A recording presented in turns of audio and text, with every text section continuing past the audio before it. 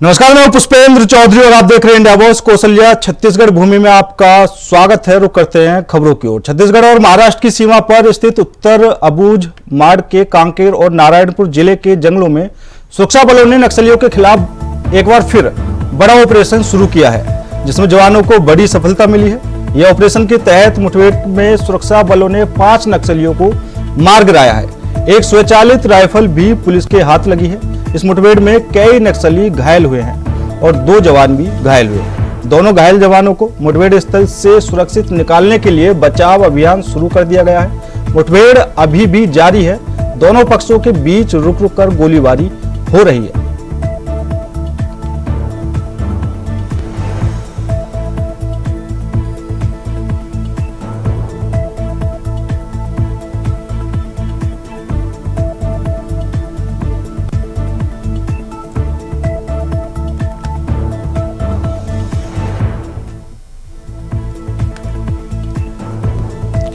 और इसी खबर पर ज्यादा जानकारी के लिए हमारे संवाददाता मनोज शुक्ला हमारे साथ जुड़ चुके हैं। मनोज, क्या कुछ पूरा मामला है? नक्सलियों और सुरक्षा बलों के बीच मुठभेड़ का मामला सामने आया। जी पुष्पेंद्र, आपको बता दें पुष्पेंद्र की आज सुबह से कांकेर जिले के अबूझमाड़ का एरिया है, जो महाराष्ट्र से सटा हुआ एरिया है और घोर नक्सलवाद एरिया है। तो वहाँ पर जो है पुलिस के जवानों और नक्सलियों के बीच मुठभेड़ जारी है और जिसमें पुलिस को बड़ी सफलता हासिल हुई है, जिसमें 5 नक्सलियों के मारे जाने की खबर है और भी आशंका जताई जा रही है कि और भी नक्सली मारे गए, लेकिन 500 जवानों ने बरामद कर लिया है और साथ ही 2 राइफल्स भी बरामद की है। ये बड़ी सफलता जो है जवानों की मानी जा रही है। आए दिन जो है ये आजकल देखा जा रहा है कि लगातार जो है नक्सलियों की कमर टूटती जा रही है और अपने जवानों के हौसले काफी बुलंद है। आज की इस कार्रवाई में जो है बड़ी कामयाबी जवानों को मिली है। जी बिल्कुल मनोज, और गृह मंत्री अमित शाह ने भी खासतौर पर कहा था कि नक्सलवाद मुक्त छत्तीसगढ़ को किया जाएगा। और अब जिस तरीके से रोज नई नई कार्रवाई देखने को मिल रही है, तो क्या अब ये सूचना के आधार पर मुठभेड़ हुई है या फिर पहले से ही कार्रवाई की जा रही थी?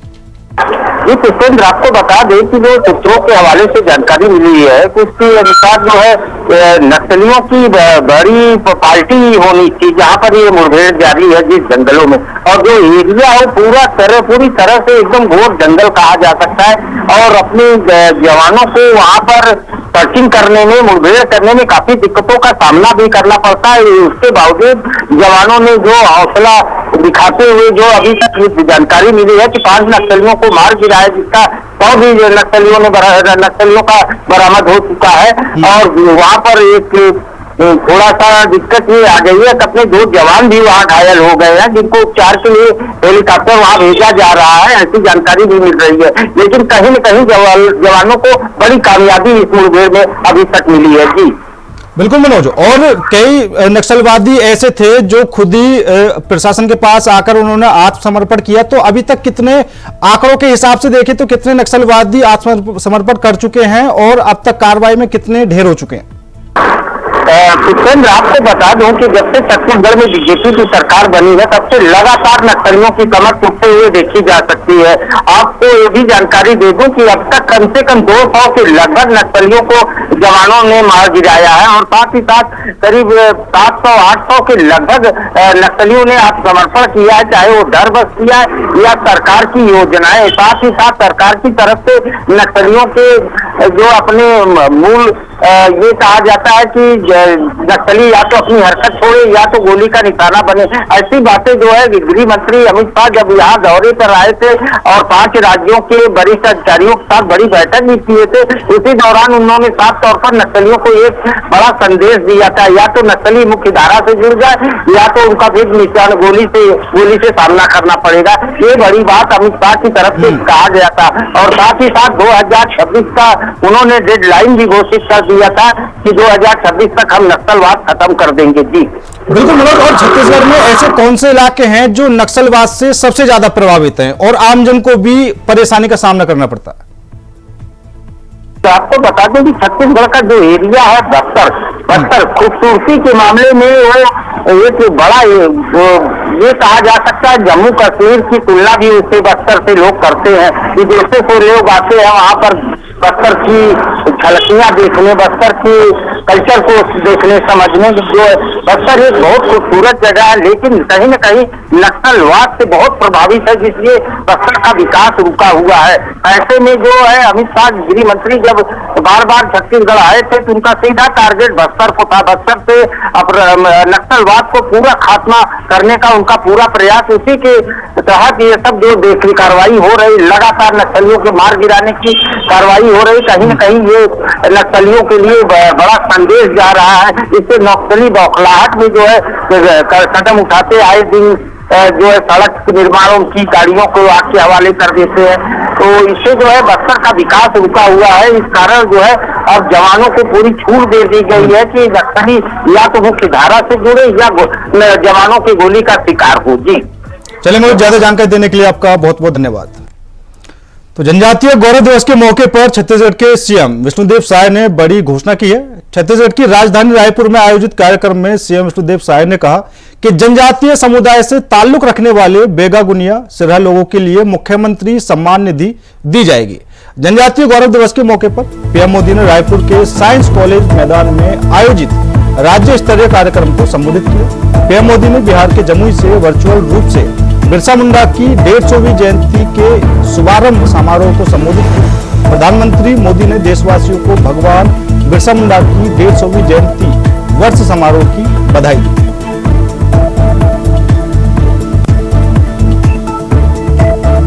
समस्त छत्तीसगढ़ वासियों को जनजातीय गौरव दिवस की हम बहुत बहुत बधाई देना चाहेंगे, उनको शुभकामनाएं देना चाहेंगे और हमारे देश के यशस्वी प्रधानमंत्री श्री नरेंद्र मोदी जी का जनजातीय समाज की तरफ से, पूरे छत्तीसगढ़ की तरफ से बहुत बहुत धन्यवाद करना चाहेंगे कि उन्होंने भगवान बिरसा मुंडा की जयंती को जनजातीय गौरव दिवस के रूप में मनाने का निर्णय लिया है।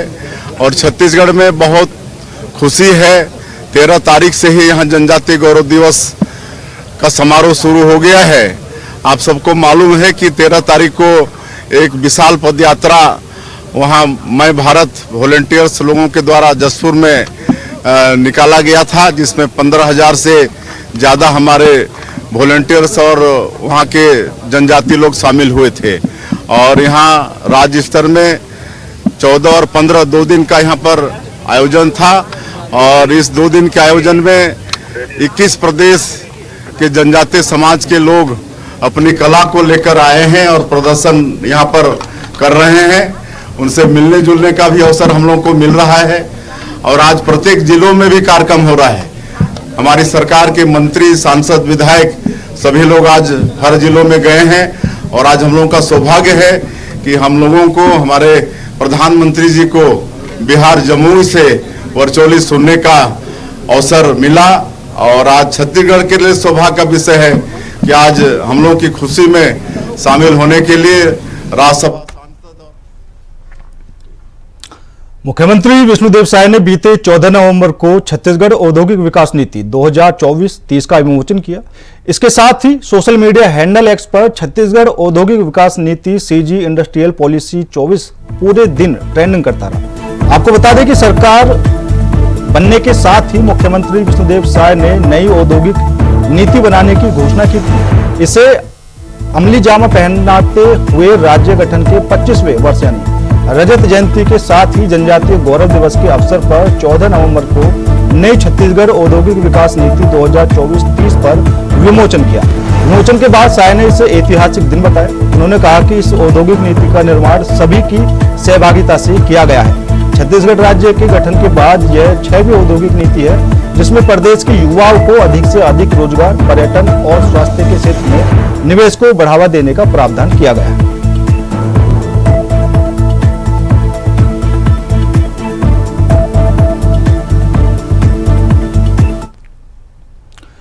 छत्तीसगढ़ के सीएम विष्णुदेव साय ने पर्वतारोही निशा यादव से फोन पर बात की। इस दौरान सीएम साय ने निशा को किलिमांजारो फतेह के लिए आर्थिक सहायता की बात कही है।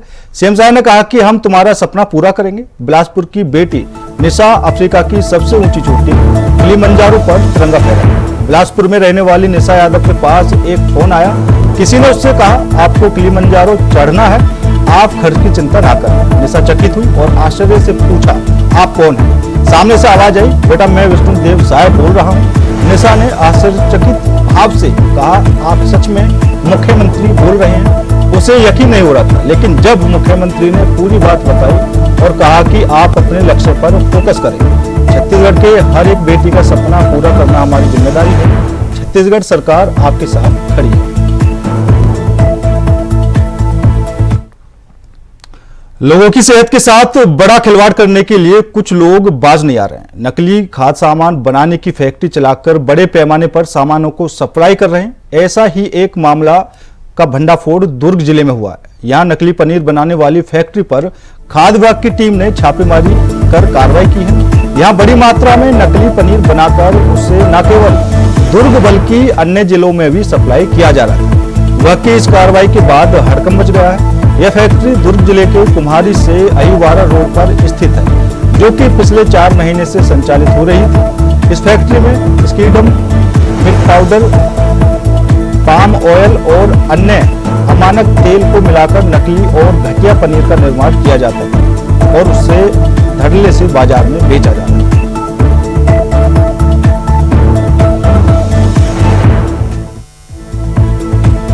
और इसी खबर पर ज्यादा जानकारी के लिए हमारे संवाददाता श्रीकांत दास जुड़ चुके हैं। श्रीकांत, खाद्य विभाग ने बड़ी कार्रवाई की है। नकली पनीर बनाने वाली फैक्ट्री का भंडाफोड़ किया है, क्या कुछ पूरा मामला है? उससे दर्शकों को हम बताना चाहेंगे कि लगातार इंडिया वाइज की टीम ने भी आज से 5 महीना पहले भी एक खबर दिखाई थी, नकली पनीर की खबर दिखाई थी।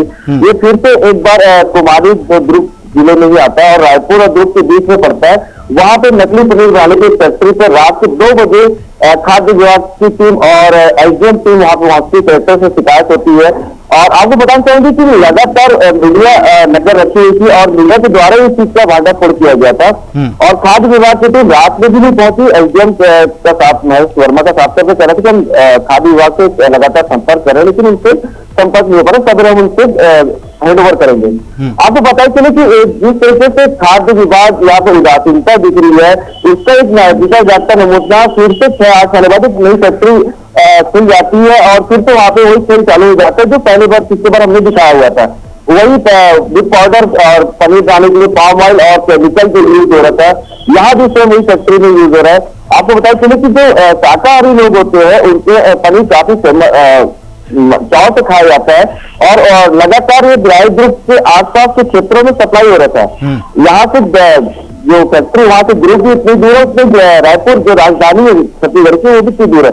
तमाम होटलों में लगातार सप्लाई इनके द्वारा किया जा रहा था। और आपको पता चले कि जो फैक्ट्री थी रात में संचालित होती थी, दिन में बंद रहती थी पूरी तरीके से, और रात में यहाँ से काम होता था और फैक्ट्री में नकली पनीर बनाई जाती थी उस टाइम।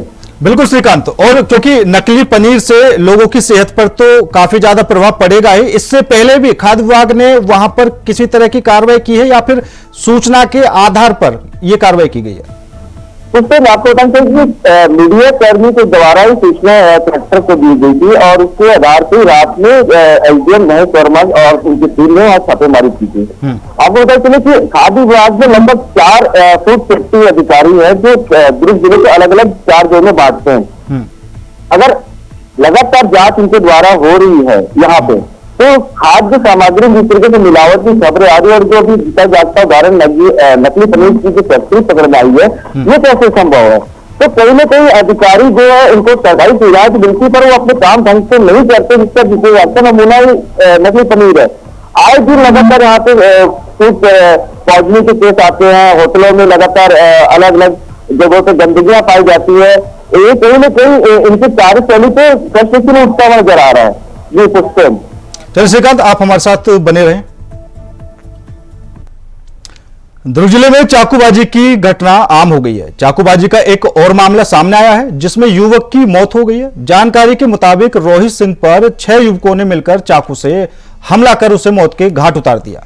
युवक को दुर्ग जिले के अस्पताल में भर्ती कराया गया है, जहां उसके इलाज के दौरान उसकी मौत हुई। बताया जा रहा है कि भिलाई रामनगर का रहने वाला युवक अपनी बाइक से घूमने के लिए जा रहा था, तभी जय मार्कंडे और उनके साथियों से बहस हो गई। इसी दौरान एक युवक ने अपनी जेब से चाकू निकाला और युवक के ऊपर ताबड़तोड़ प्रहार कर दिया। वहीं आरोपी चाकू मारने के बाद तत्काल मौके से फरार हो गए। पुलिस के द्वारा तीनों को हिरासत में लेकर पूछताछ की जा रही है। एक आरोपी को पावर हाउस रेलवे स्टेशन से पकड़ा गया। फिलहाल पुलिस पूरे मामले में की तफ्तीश में लगी हुई है।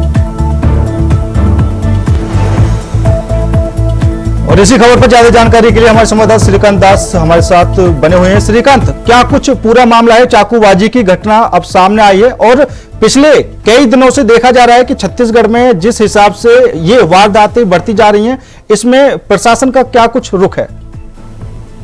पिछले दर्शकों को बताना चाहेंगे कि लगातार कोई भी ऐसा दिन नहीं है जहां पे चाकूबाजी की घटना दुर्ग जिले में नहीं हो रही है। इवन छत्तीसगढ़ में हर जगह पे चाकूबाजी घटना हो रही है। और जब इसके मूल जड़ में जाते हैं तो कहीं ना कहीं नशा जो है वो नशा कहीं ना कहीं पे सामने आता है कि नशा करके लोग जो लड़के युवा खासकर नाबालिग इसमें ज्यादा इन्वॉल्व है। आज की सबरी घटना बताना चाहूंगा कि रोहित सिंह जो है जामुन में आपास के निवासी है, वो सबरे टहलने घूमने के लिए निकलते हैं और वहीं पे चाय पीने के रुकते वहां पे 3 युवक जो जय मार्कंडे है उनके साथी उनसे किसी बात से तहसील हो जाती है और जिसे लेकर के वो उनमें जो एक नाबालिग लड़का है वो तत्काल वहां पे चाकू निकालता है और चाकू घोप के उसको मार वहां से फरार हो जाता है। इससे यहाँ पे बताना चाहूंगी 2 थानों की सीमा के बीच में घटना घटती है और वहां पे जब पुलिस पहुंचती है 112 पे, जब आसपास के लोग वहां पे कॉल करते हैं तो दोनों थाना की पुलिस वहां पे थोड़ी देर के लिए रुक जाती है कि कार्रवाई कौन करेगा।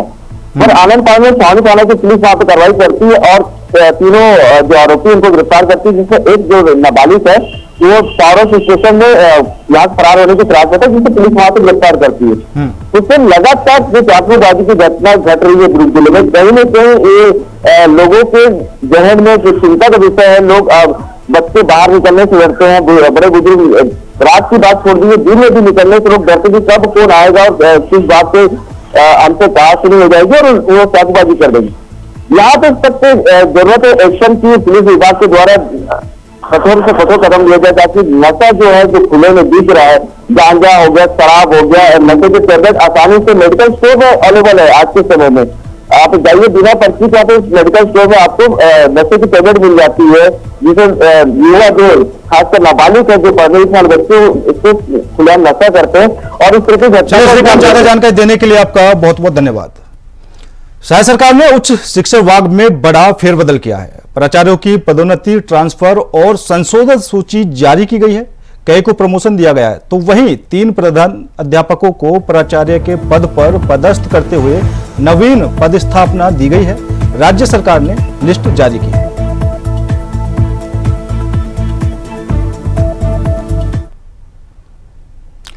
कोरबा जिले के पौड़ी उपरोड़ा ब्लॉक के माचाडोली हायर सेकेंडरी स्कूल में एक शिक्षक योगेश कुमार को जिला शिक्षा अधिकारी ने कारण बताओ नोटिस जारी किया है। शिक्षक योगेश कुमार का कक्षा में नशे की हालत में सोते हुए एक वीडियो वायरल हुआ था। बता दें, हायर सेकेंडरी स्कूल माचाडोली के शिक्षक योगेश कुमार का एक वीडियो में योगेश कुमार कक्षा में कुर्सी पर निढाल पड़े हुए दिखाई दे रहे हैं। उनके विद्यार्थियों ने ही वीडियो बनाकर वायरल कर दिया। जिला शिक्षा अधिकारी कामेश्वर उपाध्याय ने योगेश कुमार को नोटिस जारी करते हुए कहा है, यदि जांच में शिक्षक का शराब पीकर स्कूल आना साबित हो जाता है तो उनके खिलाफ विधि सम्मत कार्रवाई की जाएगी।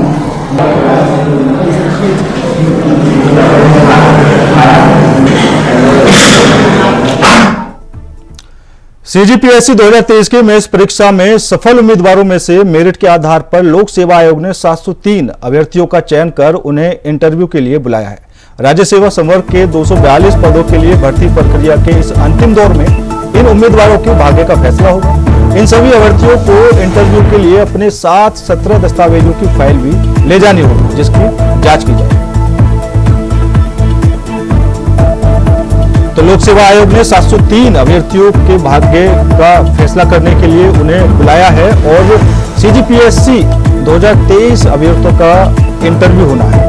तो 17 दस्तावेज अभ्यर्थियों को वहां पर ले जाने होंगे जिनकी पूरी तरीके से जांच होगी। तो 703 अभ्यर्थियों के भाग्य का फैसला होना है। छत्तीसगढ़ लोक सेवा आयोग ने इन सभी 703 छत्तीसगढ़ के कोरिया जिले के गायक ओम अग्रहरि ने दिवाली सेलिब्रेशन के मौके पर मॉरिशस में शो किया। ओम ने हिंदू समुदाय के साथ अपनी प्रस्तुति दी और सभी का दिल जीत लिया।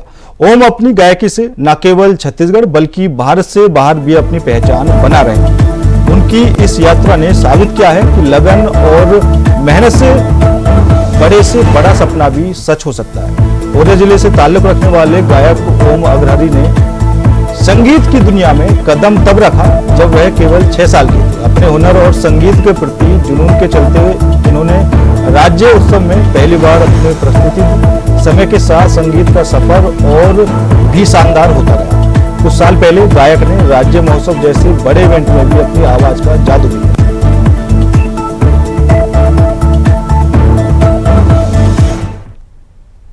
को बताना चाहूंगा कि जब मैं 6 साल का था उसी समय से मैंने अपना सिंगिंग करियर चालू करा। उसी समय से शुरुआत करी मैंने, और मेरा जो सबसे पहला कार्यक्रम था, शो था, वो हुआ था छत्तीसगढ़ के दक्कनपुर जिला में, जहां मैं रहता हूँ। छत्तीसगढ़ के दक्कनपुर जिला के राज्योत्सव में वहां पर मैंने अपना पहला गाना गाया और उसी के साथ सब चलता गया। फिर मैंने लोकल शोज करे और उसी के साथ अभी कुछ साल पहले मैंने मैन पार्ट महोत्सव में अपना प्रस्तुति दी, और वहीं से सुंदरानी जी के चैनल पर भी मुझे गाने का मौका मिला। मैंने काफी छत्तीसगढ़ी गीत गाए, कुछ लिखे भी मैंने, और फिर मैंने अपना यूट्यूब चैनल भी बनाया। उसी से मैंने ग्रो करता रहा, और भी काफी सारे मैंने सॉन्ग्स अपलोड करे अपने चैनल पर, एंड मुझे यूट्यूब की तरफ से ये सिल्वर प्ले बटन मिला है। फिलहाल मेरे साथ इस बुलेटिन में इतना ही। बाकी देश और दुनिया की तमाम खबरों के लिए देखते रहिए इंडिया वॉइस।